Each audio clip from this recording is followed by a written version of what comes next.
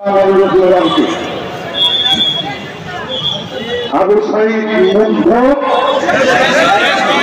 আবু সাইদ মুগ্ধ।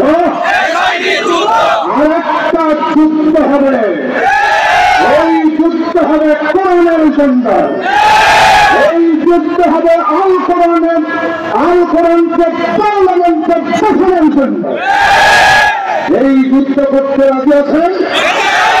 আজ মনে করছে আল্লামা সাইদী সাহেবের সেই কথা, এমন একটা সময় হবে হিন্দুদের রক্ত পালানো পালানোর জন্য, তোমরা হিন্দুদের রক্ত পালানোর জন্য পাও নাই।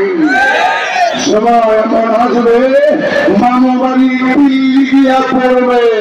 ও ভাই, দিল্লি গিয়াই করছে গো, আবার আসতেছে ট্রেন হাত তুলে দেওয়া হবে, আসতে পারবে না।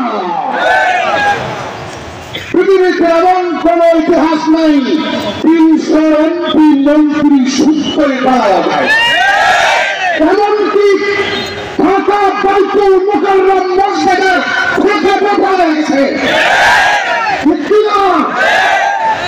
আর শেষ কথা বলবো, আমাদের নেতৃবৃন্দকে হত্যা করেছ, জুলাই বিপ্লবে হাজার হাজার প্রিয় আমাদের নাগরিককে হত্যা করেছ, এর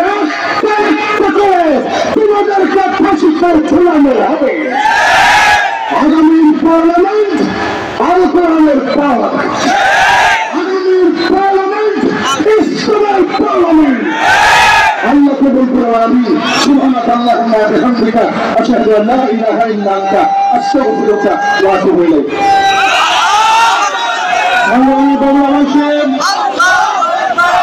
এই পর্যায়ে আপনাদের সামনে সংক্ষিপ্ত বক্তব্য রাখছেন বাংলাদেশ জামাত ইসলামীর বগুড়া জেলা শাখার নায়েবে আমির মাওলানা